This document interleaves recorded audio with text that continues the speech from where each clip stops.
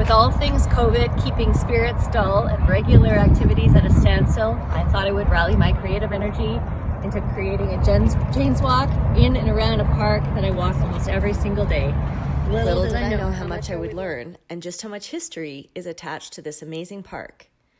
I gleaned as much information as I could from Google and by reaching out to the city, and then in a Hail Mary attempt to get more information, I posted on a Sue Higgins Dog Park Facebook group page to see if anyone had relevant information.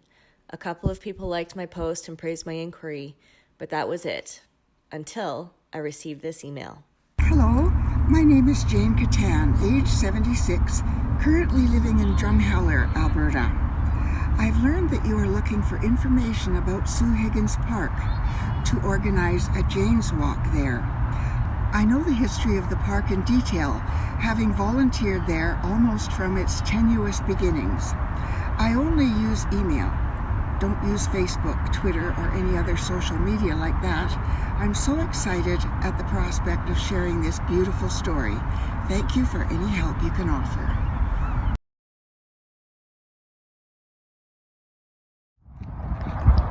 So let's go check it out. I'm here today at this beautiful park On the banks of the Bow River, and would like to acknowledge and give thanks to live, work, and play on the traditional Treaty 7 territory of the Blackfoot Confederacy, Siksika, Kainai, Piikani, the Tsuut'ina, the Iahé Nakota Nations, and Métis Nation Region 3. This is the BP birthplace Forest, and these forests were launched by BP Canada, a Canadian energy group, the City of Calgary Parks, Calgary Health Region, and Golden Acre Garden Centre to celebrate every newborn baby in Calgary by planting a tree in their honor. Starting in 2001, 9 BP birthplace forests were created across the city with over 50,000 trees dedicated to over 33,000 babies. Planted trees were not tracked to individual children. Instead, each forest serves to celebrate all the children born in that year. So Sue Higgins was in 2009. It was the very last forest planted before the partnership project ended, and they planted 4,500 trees in honor of 3,014 babies registered. Estimated to be crafted in the late 1800s, the 2 bronze dog statues behind me are by artist Henri Jacquemart, and they're titled Deux Chiens Assis, please excuse my French, which means 2 seated dogs. They were gifted to the City of Calgary Public Art Collection by the Devonian Foundation in 1978. And previously, they were displayed in the Devonian Gardens, and these are now permanent pieces installed at the park. The artist, Henri, was born in Paris in 1824 and passed away in 1896. He studied at the École des Beaux-Arts in Paris and exhibited at the Paris Salon from 1847 to 1879.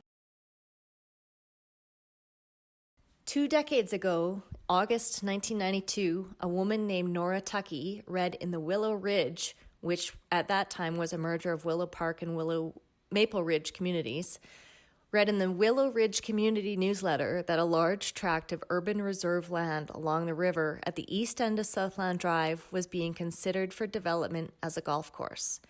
Nora rallied a citizens group of over 200 supporters to defend the park to be left as a natural space where dogs could be walked off leash. They dropped leaflets in nearby communities, posted notices, phoned and wrote to their ward aldermen, and even marched their protest army into the visitors' galley at council chambers. At the start, City Hall thought the golf course was a fine idea, and nobody thought it was a finer idea than Ward Alderman Sue Higgins. At the start, she fought tooth and nail for the golf course, but as time went by, she realized it didn't matter what she wanted. It was what the constituents wanted. And with that, she was instrumental in getting the city to agree to zone this space as a natural park instead of a golf course. Once the park was approved, Nora and her husband Sid formed the Southland Natural Park Society, which was ultimately an entirely volunteer-run and fundraised organization aimed at keeping the park pristine. Under her stewardship, several vital things for this off-leash dog park were added, including 110 vehicle parking lot, containers of scoop it bags, garbage bins and dumpsters to empty them into, public restrooms, and a weatherproof notice board. In 1994, only 2 years after forming the Southland Natural Park Society, Nora received the Calgary Mayor's Award for Environmental Achievement, and again in 2001. Hi, my name's Jane. I had the privilege of volunteering here at the park. After many years away, I returned to Calgary in the late 90s and brought my dog to the park and met Nora Tuckey right off the bat. She was a great one for introducing herself to any new person that she saw, and I had a young dog at the time, and she gave me some advice on introducing it to older, more spirited dogs that it might be a bit shy of. So she was a great help right off the bat. From that point, I started volunteering regularly, and this community of volunteers that Nora has spearheaded gave me my place again in Calgary, my sense of belonging back in this city. This space here was a dream of Nora's.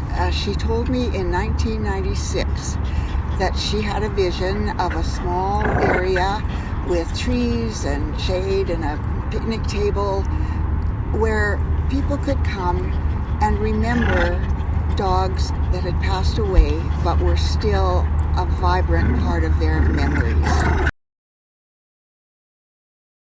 One of the ways the Southland Natural Park Society, Sid and Nora, fundraised for the park was by hosting private fundraising events for enhancements.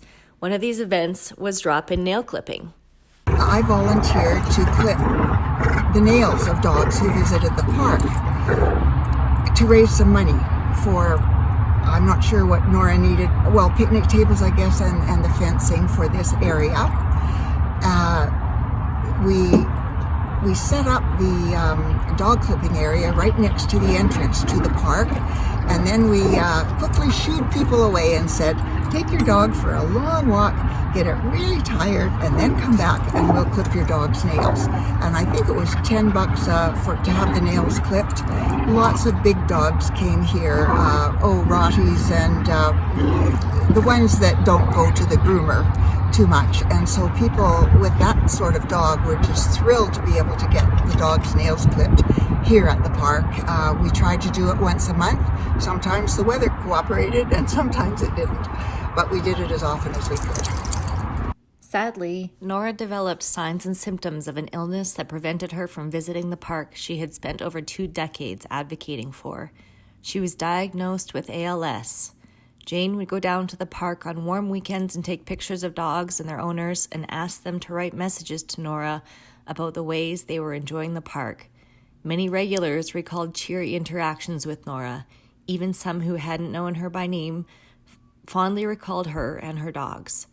All of the messages Jane collected, she turned into a scrapbook for Nora, encapsulating her role in the park. Nora passed away October 22nd, 2011. This is the Carburn Park Pedestrian Bridge, and it welcomes Riverbend and Quarry Park residents into the park.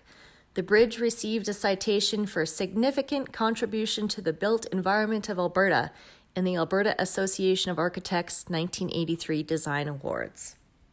One of the things that makes this park so great is the opportunity for dogs to cool off in the river. This was a favorite spot of Nora's, so much so that she had a bench dedicated to her friend Jane here. Sadly, the 2013 floods completely washed out this area and most of the park, and the bench is now gone. On November 19th, 2012, City Council approved the renaming of Southland Dog Park to Sue Higgins Park. As far as I can tell, this is when the city took over management of the park as well. Sue represented the city's southeast residents as a ward alderman for 21 years. 1977 to when she retired in 2001. She was known for her feisty character as demonstrated in her preference to be called an alder broad. Sadly, Sue died on February 16th, 2014, after a long battle with cancer. And that wraps up our Jane's Walk. So I encourage you to get out and enjoy the rest of the park. There's so much more to check out, and hope you have a great day.